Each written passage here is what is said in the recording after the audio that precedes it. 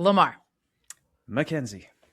Okay, my turn. I am back with a love question. We took a hiatus from giving love advice. I thought we did that all in February or March. I don't know. I want to just intersperse them as relevant because I think they're the best questions. So I have one for you based on this film. No spoilers, but we'll get into it. We are talking about bandits, and there's an interesting relationship that comes to fruition here. Yeah. And I was wondering, could you ever pull off being in a polyamorous relationship? I can, and I have. The other partners didn't know about it, but yes, I have been in several hundred polyamorous relationships. That's not polyamory. Oh, sorry. But yeah, I'm great at it. I can hook up with many people at the. No, I'm kidding. That is a joke. Babe, don't kill me. That's not what's happening. If y'all didn't know, Lamar's a hoe. But moving right along. In my LinkedIn profile, okay, I own it. But I don't like taking my current relationship status out of it. I think if I didn't have one person right now that I was absolutely committed to, like 5 years ago, Lemar probably could have done it. I'm pretty sure. Really? Like, to me, I can separate, or at least I could. I can separate. I feel like we talked about this in the last couple of months of like the varying spectrum of the love you feel for people. And I think it's possible to be attracted and to love multiple people at the same time.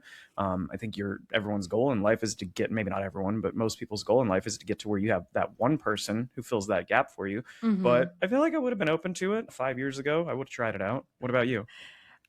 That, like, I mean, it does and does not surprise me. First of all, like, I feel like you're so great at nurturing all kinds of relationships in general, not romantic relationships, that I do feel like if somebody could pull it off, it would maybe be you. But so I think I've also talked about this like a long time ago, but my direct exposure to polyamory is like through a couple that both independent of one another tried to recruit me to their polyamorous relationship. And I have other friends who are poly who did not do that, by the way. So it's not like they're not all like this. But are you sure it was like an invite to the relationship and not just like a one night kind of thing? No, it was an invite. I'm very clear. Because again, what I learned about this is that there is so much fucking communication necessary to be in a true polyamorous relationship so as not to create, some jealousy and all these things. And I was like, y'all, I can barely handle me, myself, and I, and me, myself, and one other person. Yeah. I cannot be managing two different people's relationships, needs, expectations, all the communications that go with it. Like, it's so much fucking work is what I learned, especially when they do it without telling their respective partners that they are both making a move on the same person while in these supposedly very transparent polyamorous Let's just skip bandits and spend like an hour talking about this scenario. I'm not in contact with either of these people anymore, if that wasn't clear, because otherwise we wouldn't be talking about it on here. Maybe you guys get a bonus episode this week, and we're going to dive real deep into that once we finish these drinks. But yeah, I'm not a jealous person by nature. I have a lot of I have a temper at times, and I have other like things. My personality is not perfect, but one thing I don't have is a ton of jealousy, I feel like. So to your point, it would probably rely on what are the mindsets of the other people involved in this, and like, are they the jealous type, or is this just sort of a mutual understanding of how this is going to work? Like, I'm pretty sure I could handle it. I think I'd be great at it. Yeah. See, I'm not a really jealous person, but I can be a relatively insensitive person in a relationship. Like not that I don't care. To be clear, I love very deeply and overtly and blah, blah, blah. But like, I have a hard time sometimes being sensitive enough to one person. And like, so you're talking about like accommodating and making someone feel like you're kind of nurturing their happiness. Okay. It's less the accommodation. It's more like emotionally sensitive. I want to be super clear. Like, I'll take really good care of you because I love you, but I am not always the most emotional in the relationship. So if I'm dealing with a lot of really heavy duty emotions in the relationship, and that's times 2, that sounds fucking terrible. And so it's not it's like, it's the opposite of like, I'm so not jealous that you're maybe going to be upset that I'm not jealous about it. So we could probably like give this a test run. Not in that. I'm going, wow, I shouldn't have started with that. But what we can do delete. No, I'm just kidding. What we can do is I will go off and start maybe I'll have a podcast with Janelle and you can have a podcast with Janelle, all 3 different topics, and we could just test out, like, can we even deal with polyamory in podcasting, you know? And maybe that'll help you warm up to the idea, not with us, but with somebody else. We both have other concepts. It could be a good test run. I like it. I like it. All right, kids, let's talk about polyamorous bandits now, I guess.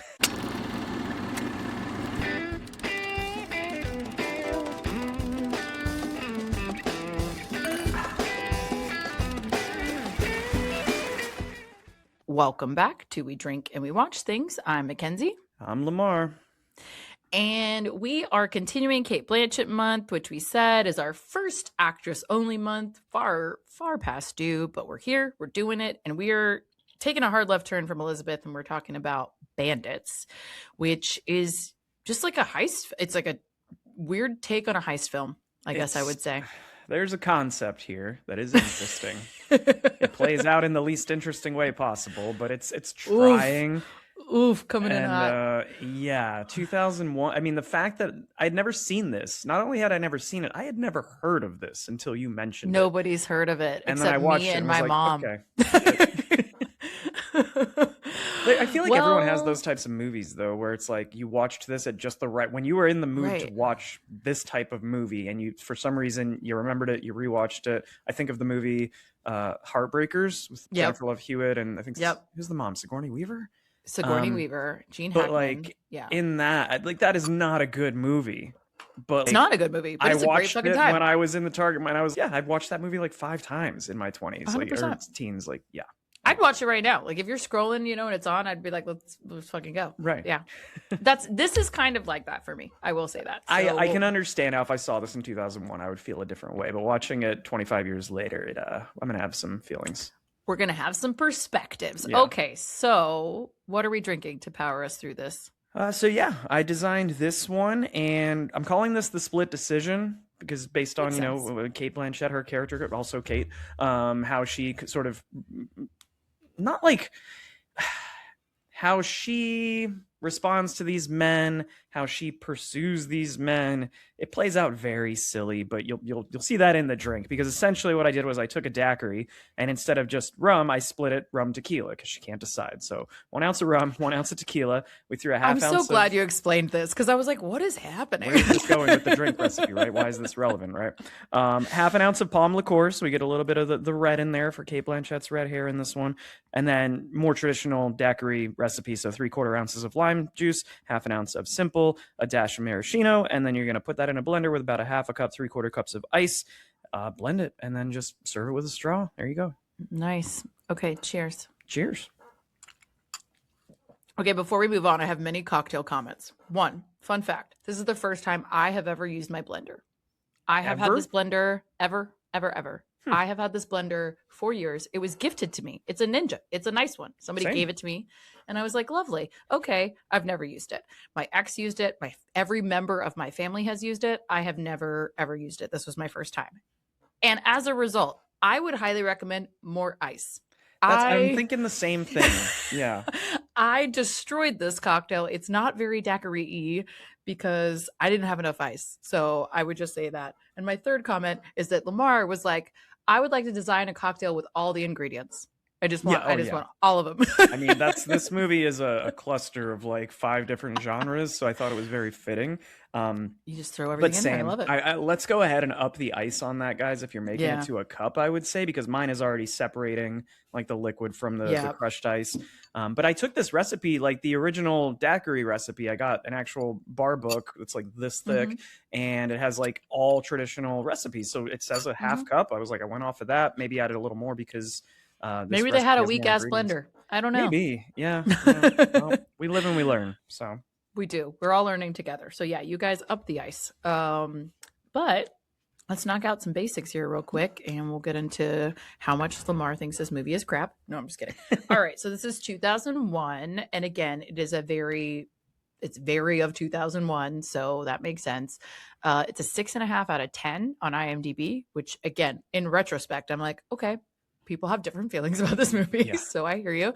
Rotten Tomatoes, 64% from critics, which, okay, fair. But what struck me actually was the 58% from audiences. Like that critics gave it a higher rating than the audience was telling to me on a rewatch much later, not having looked at this in any kind of cinephile way. I was like, oh, okay.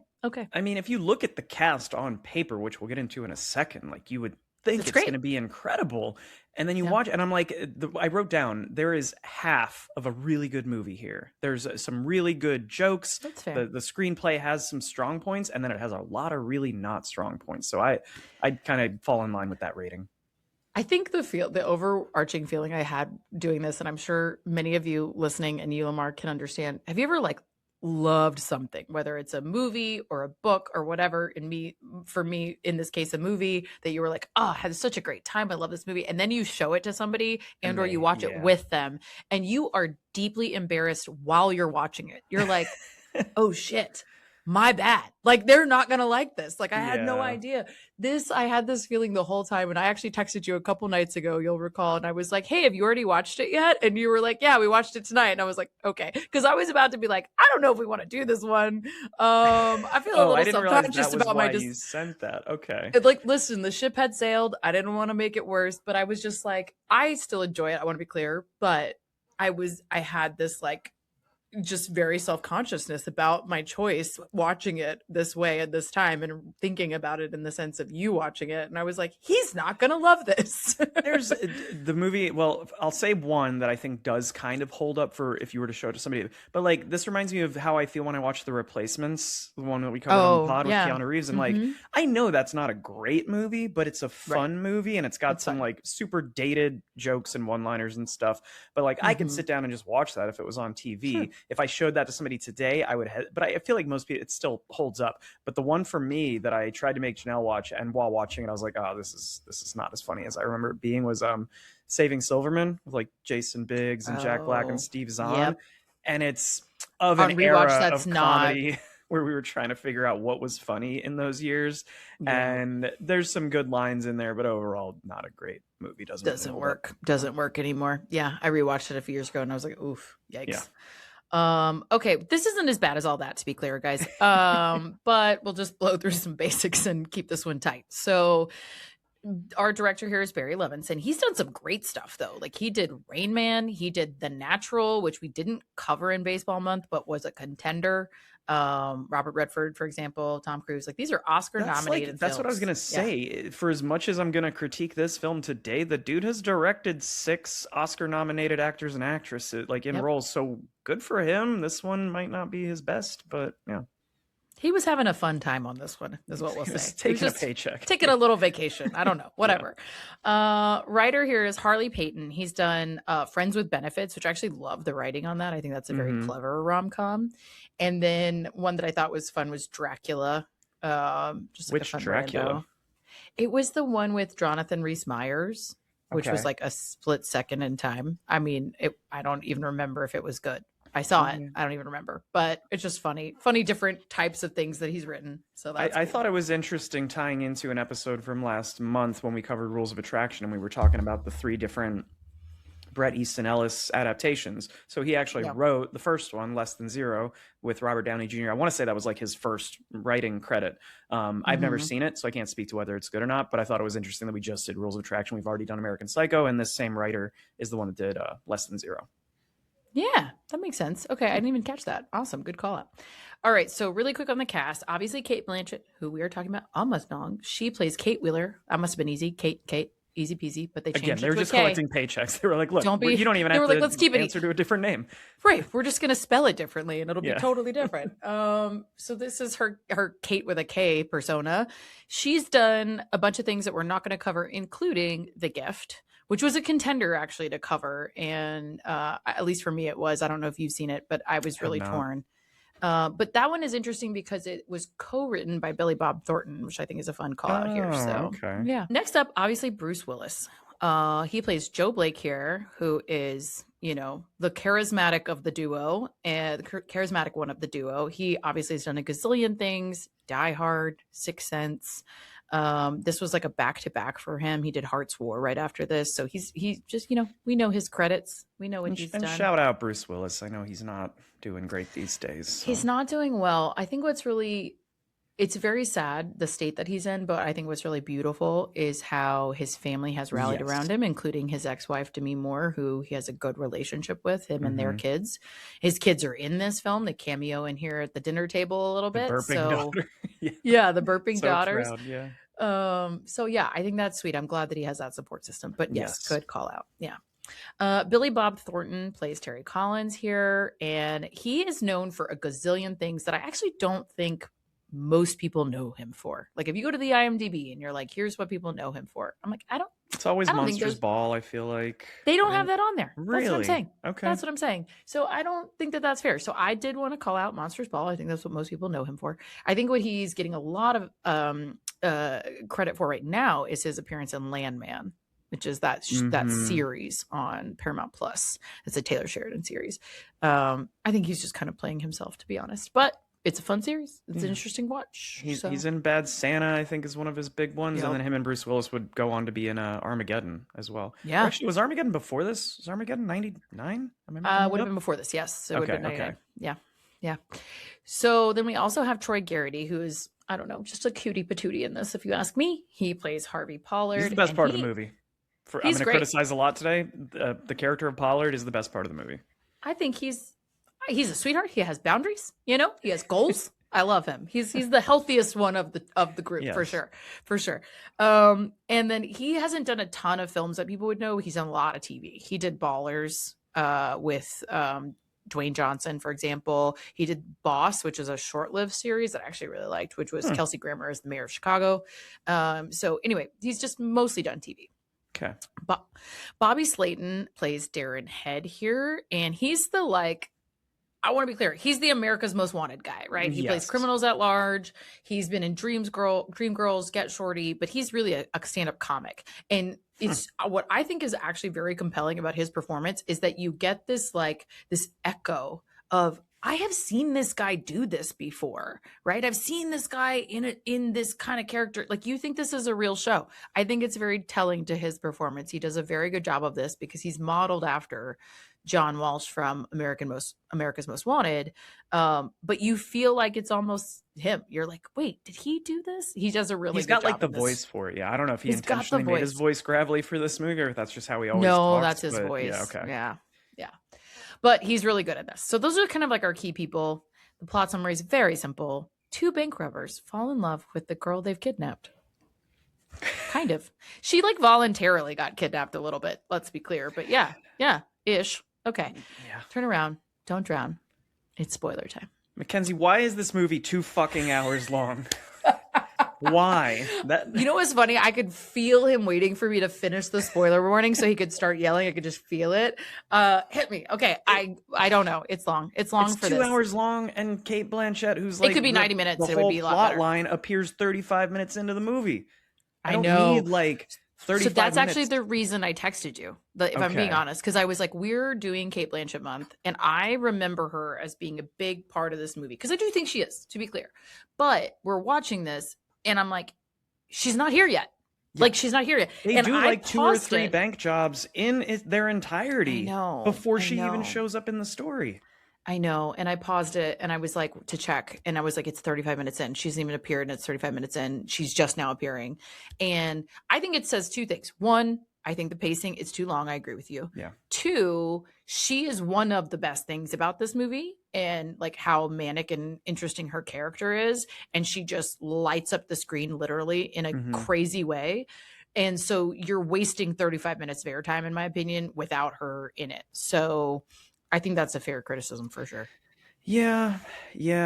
It's just, it's probably 20 to 30 minutes too long. And if you just cut any of that first 35 minutes, you could do a montage of them robbing banks this way and then introduce the Cate Blanchett character early. There's a reason that like the Lethal Weapon movies as a random example. It's just like in the first 10 minutes you establish where they're at, you get and everything then you know who the bad guy is, and we kick things off. That is how this movie should function. Well, I'm glad you said that, because what I think could have been done here, I totally agree with you. So what I think could have been done here on rewatch is that breakout scene in the prison is actually great, I think. And I love, one of the facts about that scene is there are a lot of actual inmates in that scene and correctional officers in that scene. And they had to, for security purposes, have the correctional officers play inmates on the edges to make sure that people didn't get out of there. So I think it's really cool that they shot it that way, in such an authentic way. That is a really good establishment action scene of, here we are, here are these characters. You're already getting the weirdness of Terry and his, whatever neuroses. You're getting the like swagger and rebelliousness of Joe. You establish a lot in a short period of time with this, and then they go. Well, it also helps that the first like 3 minutes are all exposition in front of the hostages, which we later find out is kind of intentional. But at the start of the movie, I was like, why are they just telling us everything that's happened before we flash back to see what's happened? But I think that's effective. Like, if you shortened some of this other exposition that you're talking about, I think it would feel more effective. Like, I like the cut back to when you get back to the end at the bank robbery, and you get the cut back to the Alamo Savings and Loan, the big climax. I think that part works, and you get the prison breakout, and that part works, and that's pretty fast. Like, that's pretty effective and quick. Yeah. They drag it out into, like you said, 4-ish other bank jobs that you kind of don't need to establish. That could have been a montage. Pattern. It could have been a montage. Because the quick one with the highlighter is great. Again, I think that establishes a lot. That's how, and the pacing of that feels good. The breakout of the prison feels good. And then they come up with the idea. That part even is good, like them talking about how to do it. And then, yes, I think you cut to a montage and you get the point across. I agree. The movie just... I think there's either a disconnect between the writer and the director here of how the director's telling them to perform this, or it also just might not be a great script, because it just feels like it thinks more highly of itself than what I think the genre of this should be. Like, it needs to really lean into the silly. Yeah, it needs to lean into the silly, zany component, because when they drop those one-liners that make you laugh, there are some great lines in this. Yeah. And after the first 20 minutes, I wanted to completely hate this. I was fully ready to be like, oh, this is getting like a 3. But it gets better throughout. It does. It doesn't completely redeem itself in my eyes, but like, it just really needed to lean into. There's a point later in the movie, like there's a car wreck, but I'm like, I don't know how I'm supposed to feel about this, because this movie can't decide if it wants me to take it seriously or if it's a like screwball comedy. It does not walk the line very well on the balance. Right, because like if we compare it to Heartbreakers, which I think is actually a really good reference point for, even though really different topic, like it's a good reference point here in time, and also like the weird zany situation vibe, that leans very heavily into the camp of it all. The only sincere part of it is the romance, right? It's that this person is deeply in love with this other person, and that's like the sincerity anchor, versus this is like vacillating between like, what's the anchor?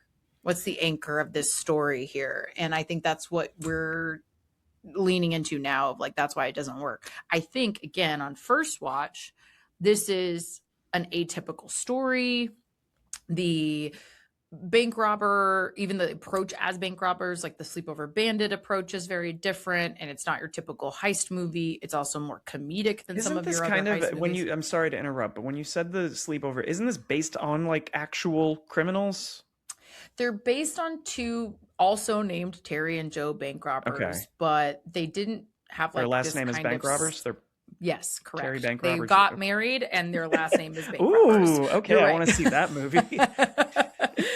No, they just like, they have a similar story. It's not exactly the same. They were supposed to be I think the overarching thing for them was that they were supposed to be very kind to the people that they robbed, and that they do carry over into this story. They're like not trying to hurt anyone. Yeah, like there really are. I like the documentarian approach to the fake criminals at large scene, where they're in his or his house, whatever, they're filming with him, and they're explaining their motivations, and they're also talking about how like, this is government money, like we don't care, we're not trying to take from people, it's insured, it's insured, all these things.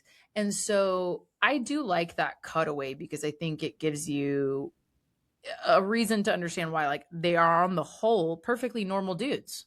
You know, they don't go into any of this trying to hurt anybody. They don't hurt anybody. You know, they only, quote, hurt each other at some point. It's surprising to me. I know we're jumping around a lot, but it's shocking to me that it takes like almost an hour and 40 minutes into this for somebody to catch on to the fact that they don't ever hurt anyone. And she's like, I'm just not going to give you the money because you wouldn't hurt a fly. I'm like, listen, it's 0% surprising to me that it's the woman who figured it out. Yeah. Let's be honest. It's the woman bank owner. She's like, this is my bank, actually. And no, you're not going to do anything. So let's be real. I love that they don't, she's like this cute old lady too. So like, they're not going to do anything to her. And they're like trying to tell her to stay back from the door. And she's like, no, it's my bank. I'm coming. You know, she just like doesn't care. Yeah, she's great. The other thing that I laughed at throughout this was just how bad their disguises are. Like, oh my God. I'm like, so nobody caught on and said, hey, you know those guys that are on the news, those sleepover bandits? Do you think those two really, the guys in the really shitty disguises over there, that might be their mustaches are always terrible. Their wigs.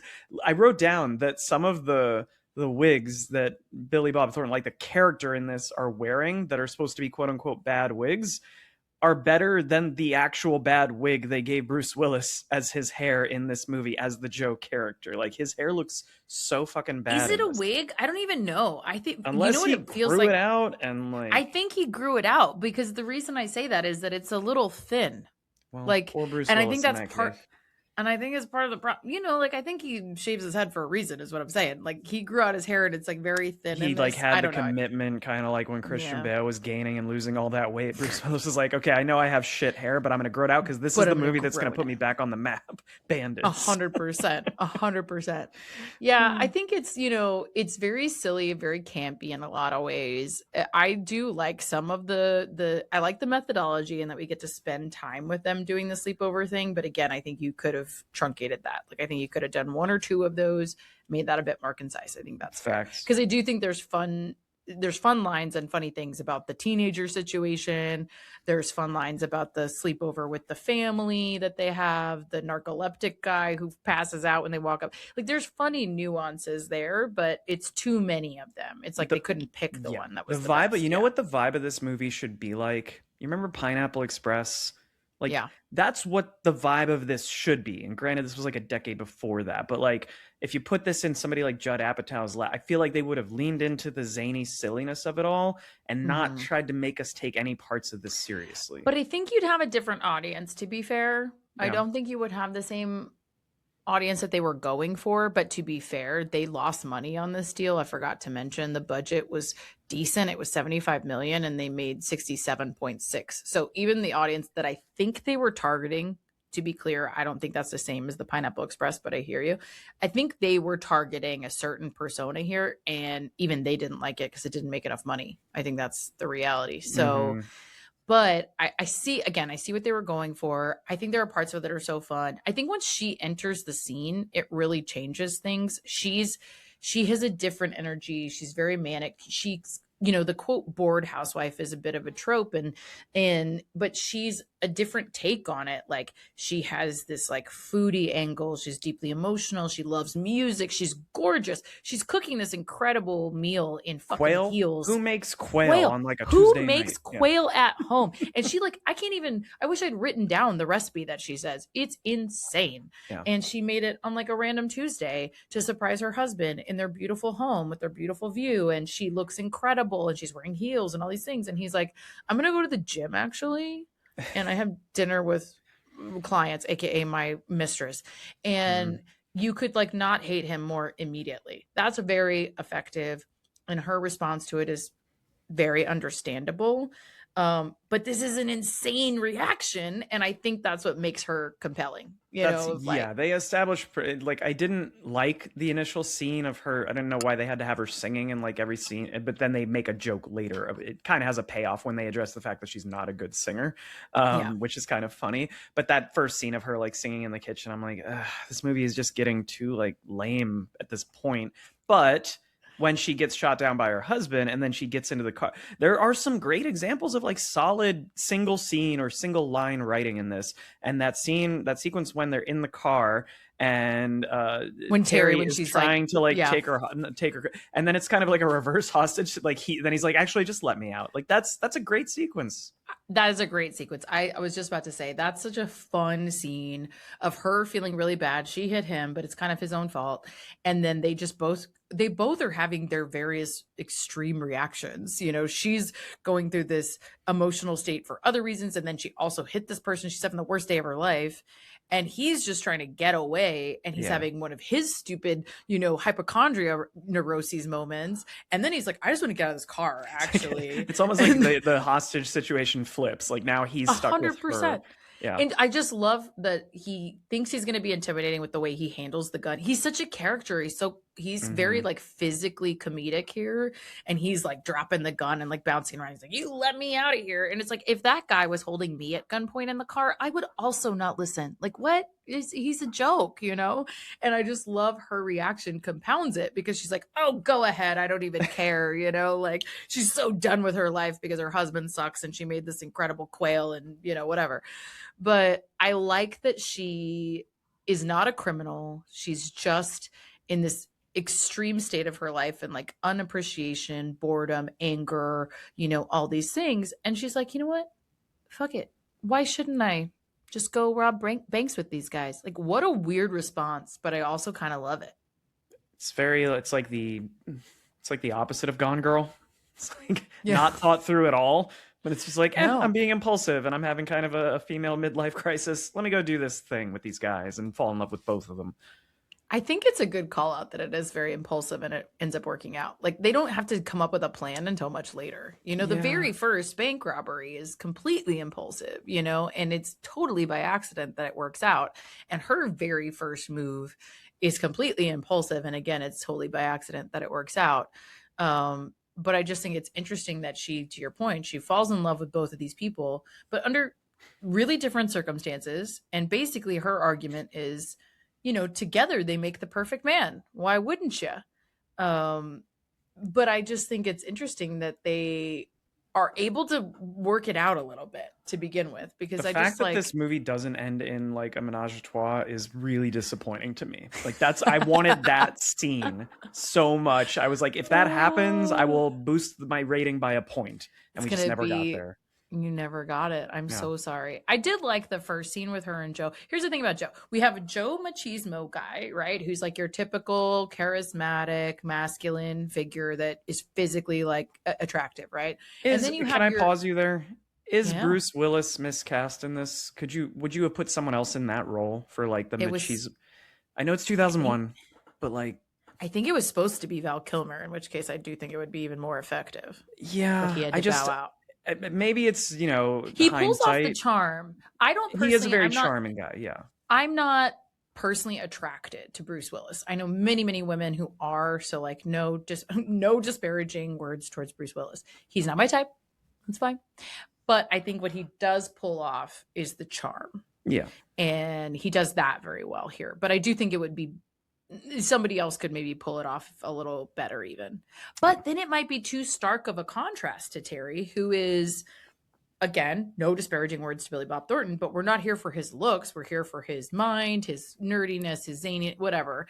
And he's very sensitive with her. He can like, you know, have the like hotel, you know, masks and whatever, little spa day in the hotel with her and like not bat an eye. Well, Janelle called it out. They kind of, she's all that him. They take off his glasses at that point in the movie. And it's like, oh, he's actually kind of handsome when he doesn't have these. That's such a good call out. Yeah. Way to go, Janelle. But can I point out one thing that I hate there? Yeah. This isn't editing. This is not even the writing. This is just poor fucking editing. That scene at the hotel where it just feels so I don't know how they went from hating each other and they're just arguing. And then he points out like, Joe's not going to be with you. He's not like a one woman kind of guy. Like he's not going to wait here for you. And she's like, fine, I'll go with you. And then, you know, miscommunication happens. Okay. But it's the laziest way of getting us to like, oh, now they have to share a hotel room. And now suddenly they're starting to feel attracted toward each other. And maybe it's, one of those things where, you know, kids picking on each other because you got a crush on somebody kind of thing. But I think it's the nurturing thing, to be fair. I think it's that she's kind of trying to take care of him and it opens her up to like some empathy for him. I agree. Like, it's not the strongest. I'm not saying that, but I think it's less of the like bickering to lovers trope. And it's more of he's sensitive and he has some needs that I can nurture and take care of, and I can make him physically feel better. But I hate that you don't actually see the payoff. Like, dude, that's what I was going to say. That editing is so bad. I totally agree with you. The editing on that is trash, because you're like, okay, she feels bad for him. She's like rubbing his face. She's trying to like help him with his neuroses. It's getting there. Like, you're building me up. I'm going to buy into you have this tension, and they're getting closer and closer. And then and closer. They fade it out as they're this fucking close. And then literally, and I'm like, listen, don't do this to me. Don't edge me. Don't edge me here. This is fucking rude. I go to other places to edge myself, okay? I don't need it in Bandits. Yeah. But like the fact that I think they cut to Joe there maybe, but then when they cut back to Terry, that's when they're doing the makeup thing and they have the masks on, and then they immediately kiss. You get nothing. They kiss in that next. Well, but it's like a peck. It's like a. I don't see the payoff to this. You actually had me leaned in for the tension, and then you fucking fade out, go to another scene, and come back, and then they just do this little peck thing. It's like, I wanted the real kiss. Here's my thing there. I agree with all of this totally. My guess, and I could be totally wrong, but my guess here is that they probably shot a scene there and it probably didn't land and they had to cut it out. You know what I mean? Maybe Cate Blanchett and her like saliva-filled mouth. Oh my God, what a weird compliment, by the way. The weirdest. Most saliva. Listen, I don't have a lot going for me, but I am a good kisser. And that is how you say that. And that is how people have said that about me. They're like, you're a good, great kisser. They do not say she has great saliva. That is much insane. Saliva. The wettest kisses, like. What a weird way to say she's a good kisser. Like, that's so insane. But no, I agree. I think like that's the weirdest scene because I think it's edited out. Because I could be wrong again. I just feel like maybe there's not a chemistry there between the actors. And so the scene maybe didn't work, because otherwise I don't know why you wouldn't show it, because I think the payoff is really necessary there and you don't get it. I totally agree. Yeah. There's also a little bit of bad, like again, I will give this movie some credit because after 20 minutes, I wanted to hate it. I really did. And I still found myself laughing more in the back half. No, it was like parts of it were enjoyable and some lines made me laugh. But for every good line, there's just some piss poor writing. That scene in the hotel, she walks out of, I think, the bathroom or something, and she looks down at him on his cot and she's like, "Are you asleep?" He's like, "No, the noise out there woke me up. What about you?" And I'm like, "Well, she's standing and walking around and talking to you, so she's not sleeping." Clearly, it's just poor scripting. I feel like I think the writing struggles for sure, and I will say too, like, I enjoy her scenes, but what I realized about this on rewatch that I didn't think about in retrospect, because I thought she was great in this, is I think it's the Joe and Terry buddy cop dynamic that's actually more compelling to me. They have some good banter.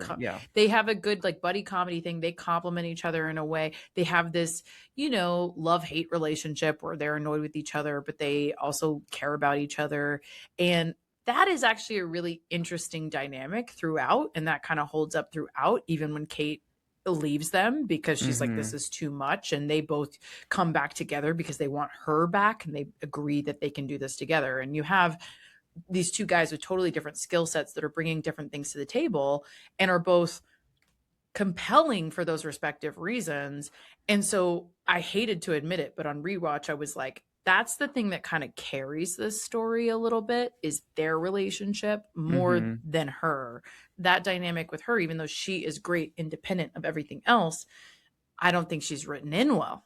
I think, to that point, in a different screenwriter's hands, I think this concept could have been pulled. Could have worked. You know how they always say, why are we remaking like great movies from 40 years ago? Why aren't we taking the shit ones that could have been better? And if they remade Bandits today and with a different screenwriter, you could do a really good job. You know who I think would crush this, actually? It just pops to my head as you were saying that. I could be totally wrong, but my gut check was Guy Ritchie could fuck this up.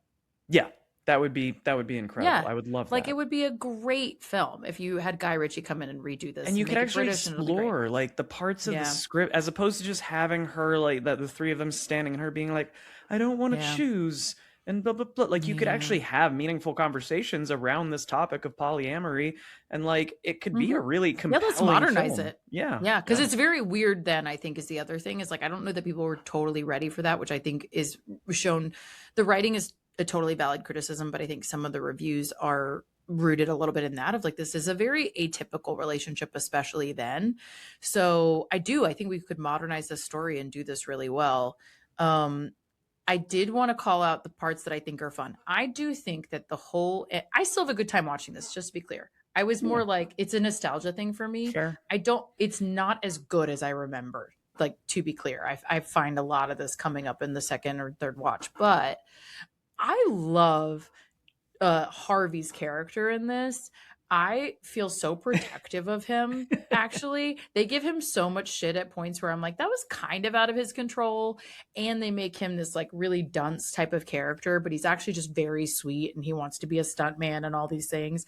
And I think one of the best sequences in the whole thing is the Alamo Savings and Loan shootout. It's the pretending. It's that whole sequence that gets them away, which you almost never get in a heist movie. And I do think that's fun. In every heist movie ever, they go to jail or they die, right? Like, and that's fine. But I think it's fun to see an iteration where they get away with it. I would disagree with. I mean, I don't think it's like every heist film, like all the Ocean's movies, they get away with it. Italian Job, they get away with it. No, that's true. But again, they like come back around, and so like there's repercussions. We're like Ocean's 36 now, like right. But I just mean here you get away clean. You know, you just like have this, you plan this perfect thing, and you get away clean, and it's just out of the box. You're done, and that's kind of rare. But it's fun. It's a fun watch, and I like the way that they design it, and whatever, and they play that. And last it's his time to shine. Like, and it's his time to shine. Yeah. He's been getting shit, and but they had to bring him in, and him and his girl, January Jones' character, come in, and they are instrumental in making that last scene and sequence work, and that's really fun. I think he does a great job, and he's funny and compelling during that. So it's a good way to close it out, and then you cut to them getting married because he found his girl, and it's like this sweet ending. It might be a product of like watching so many movies, over decades of my life, and sort of identifying, okay, this is in the script for a reason. This is going to come back around. So when they show him doing the bullet, like the blank or the explosive, what are those things called? The fake blood explosions when you get shot, there's a word for it, but they show him playing around with those at the beginning, and then it obviously circles back. So I don't want to critique this too much because it is a 2001 film, but no, he's great. I love when they first pull up with Kate's character and he's running around the woods with his hands on fire. And she's like, what the hell is going on here? But it's just, he's talked about how excited he is about the fact that he's going to do firework. Like that's a funny bit. I do. I think he's just like having a good time. He does this thing is like, that's what he said. He's like, I'm not a bank robber. I'm a stuntman. I'm helping you guys out, but like, I just want to do stunts, and I just love that for him. He's the most pure character in that way. And he gets to do the thing that he wants to do at the end of the day. And then they all kind of disappear down south in Mexico and have their, sweet little happy ending, which I actually think is cute. And it's not a bad way to end the movie. I still come back to like my own preconceived notions about polyamory of like, there's no way this is gonna work. Yeah, I'm like, where does this get? It should have ended with a threesome. That's like, to spoil. You're like, unless I see a threesome and the dynamics of the threesome, then I can't believe this is gonna work. Yeah, to spoil another very old movie. So if you've never seen Chasing Amy, skip 30 seconds here. Have you seen Chasing Amy? Yes, but it's been it's since not it came out. I don't think it holds up. It's got some really problematic stuff in there, but I like that. Yeah. The whole thing, the whole pitch from Ben Affleck's character in that is like, I feel like we need to have a threesome to get rid of all this tension. That's how this movie should have ended, Like, I don't think it's a bad idea, to be honest, because I don't really like see the chemistry with her and Terry. You never really see the payoff there. So you're like, I'm not sure. I mean, and he's a person who has needs. So it's not like your Joe relationship can be the only physical relationship. You know what I mean? So there's some dots that aren't being connected there, but I love the music. I think it's a fun concept. I think it's performed well. I don't think it's super well written on rewatch. And I agree. It could be shortened. It could be a 90-minute and be more effective. Like I said, half a good movie in here. There is half a good movie. Yeah. Okay, so what's your rating? I'm not a 5 out of 10 as the result of that, right? Like, yikes. We'll see.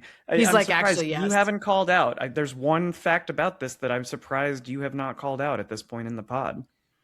Oh God, I don't know. What is it? What are you The surprised at? first sequence when Cate spends the night. Like, oh yes. Okay. Yes. Thank you so much.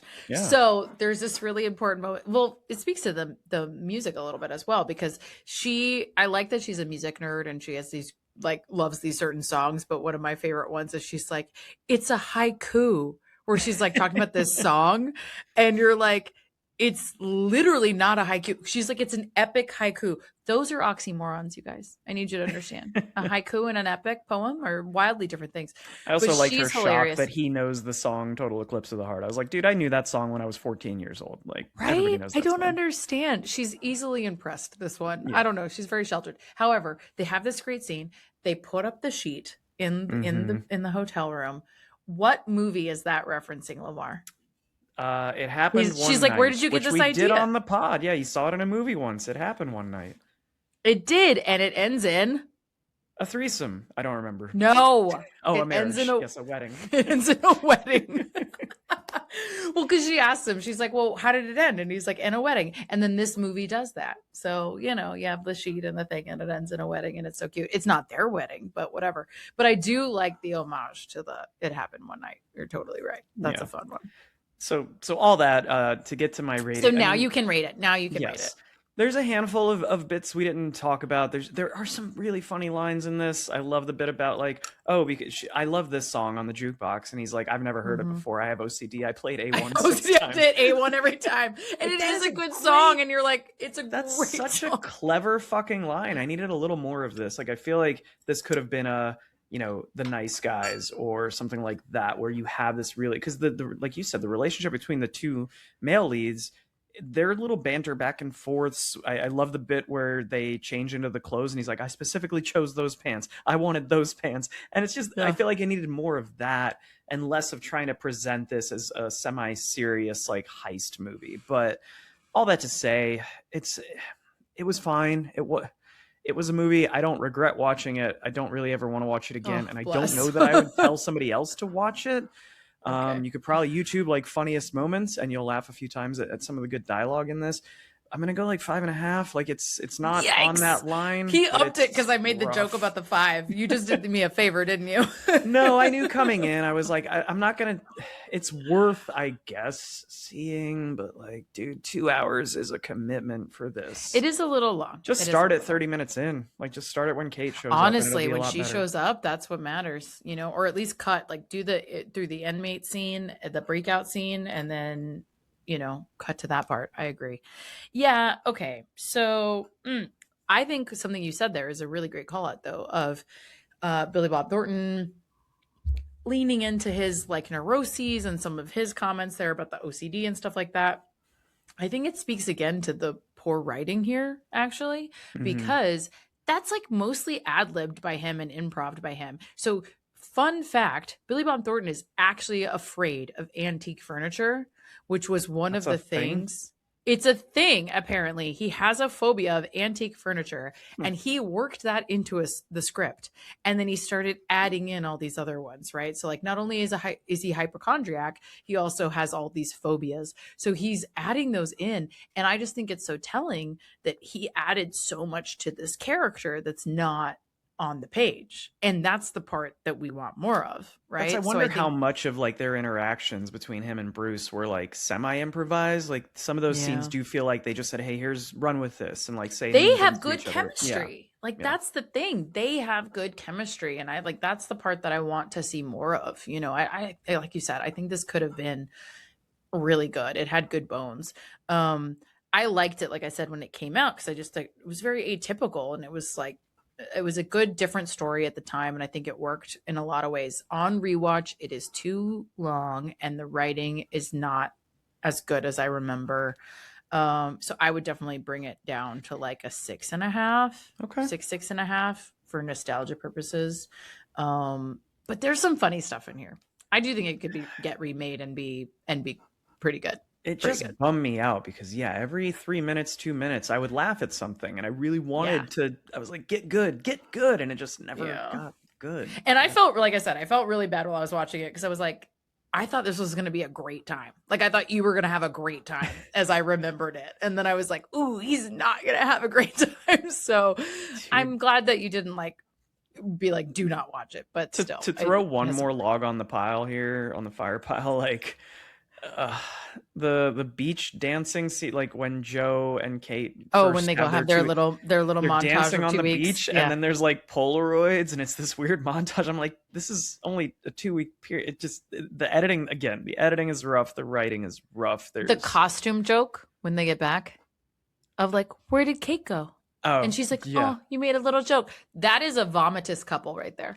Like, that was the toxic relationship. I was like, y'all are gross. I would like to unsubscribe from this. Y'all are gross. So no, I hear you. I see it. Do you want my worst fact of the movie? I do. Or did you have another thought first? Do you want to go? No, I think I beat a dead horse, to be totally honest with you. I did like this back then. I think it needs work now. What's your worst fact? Let's go. Well, this might make the movie a little better if I throw out a bad IMDb fact about it. So, okay. One of the worst facts that I found on IMDb is that the name of the final bank they rob in this is the Alamo Bank. And Alamo Savings and Loan. And 3 years later, Billy Bob Thornton was in a movie called The Alamo. Isn't that such a great fact? I took a word from the movie, and it turns out he was in another movie called that. Yeah, not a lot of people found that interesting. That's a fact on IMDb. Yep. Like, they posted that. Somebody took the time to type that out. They typed that out. Yeah. Listen, I think that's a reflection on that person more than anything else. You know, if you watch the car accident scene really closely, you can see that there's some tar on the asphalt. And fun fact, Cate Blanchett would eventually be in a movie called Tar. Isn't that interesting? You know? Oof, man, we're making choices. We're making choices with these factoids. Okay, that's a good and terrible one. Good call out. Well, thanks for joining, fam. This was less fun than I anticipated it to be, but we had a good conversation about it, so I feel like it's still a win. Well, so like, you're talking about how you loved this when it first came out, or liked it at least, and now you're like, it's not as good as I remember. For those people who remember Mindless Self-Indulgence, that band, who makes an appearance on the soundtrack here in the teenagers scene when they're hooking up, that is, you want to talk about things I regret? When I listen to them now, I'm like, oh my God, I can't believe I liked this album. So I had a little moment myself during this film where I was like, things don't age. We all learned a little bit about ourselves in this process is what it is. All right. And again, still a good conversation. Well, thank you guys for joining us. Next week, we're going to do one that I was not super excited to do, mostly because I don't have a particular desire to talk about any more Marvel movies for a hot second, but we are going to talk about Cate Blanchett's turn as Hela in Thor Ragnarok, which, again, listen, we can talk about Thor, we can talk about Marvel. I just was like... We did Black Panther. Have we done any other Marvels on the pod? And I think it's because everybody has Marvel fatigue. It's saturated. It's very saturated. I have some favorites. We've talked about this. Like, I love the original Avengers. I love Civil War. I love Black Panther. Like, these are incredible ones. Thor Ragnarok is fine, if you ask me. I don't. I think it's a lot of fun. It's one of my. It's probably in my top 5 or. But you like the comic ones, and that's totally fine. That's totally that's great. But the thing that I don't love about all of the Thors, and not even all the Thors, the later Thors and the early Guardians, is they're just like trying to make them comedic things. And the Guardians did great. That's their vibe. That's fine. They tried to translate that into Thor, and that always pisses me off because that's not the vibe. Like, that's not the same story. That's a topic we have to get into next week, because a lot of people, I think, would point to Ragnarok and say this is the moment when people saw Taika Waititi's writing and were like, let's do this for every movie going forward. And it just makes things less stakes. Like, there's less stakes when everything is silly. Yes. And that's not Thor. Like, that's the thing. Like, if you want to be a comic book nerd, Guardians was silly in the comics. It's not silly. Like, it's not supposed to be silly for Thor. Like, those are different stories. Anyway. We will get into it. You can tell I already have a lot of feelings. I like that you always are like, the book was better, and now you're like, the comic book was better. It's just... Well, it's not even better. It's just accuracy just like, of the character. Well, and let's just create some differentiation. Like, they shouldn't all be the same. Like, Guardians should have a different feeling, in my opinion, than Thor, and then Batman, and that, like, Marvel DC. Like, they should have different energies, in my opinion. That's all. Anyways, In the meantime, as I take us on a hard left turn, trying to wrap up this. Killed like 5 minutes of conversation for next week. We'll just cut it. We can cut it. No, I'm sorry. No, that was good. In the meantime, follow us on our socials, mainly Instagram. We drink and we watch things. That's where we have most of our social activity. So leave us a comment, send us a DM. We will mention them on the pod if we get any questions or anything interesting on there. And you can get the video of this podcast on Spotify, I think Apple Podcasts now, and YouTube. Not yet. I'll announce it. I promise. Soon. We're working on it. They told us we would be in it. We'll see. Anytime soon. We'll let you know. But for now, go have a drink and watch a thing. Cheers. Cheers.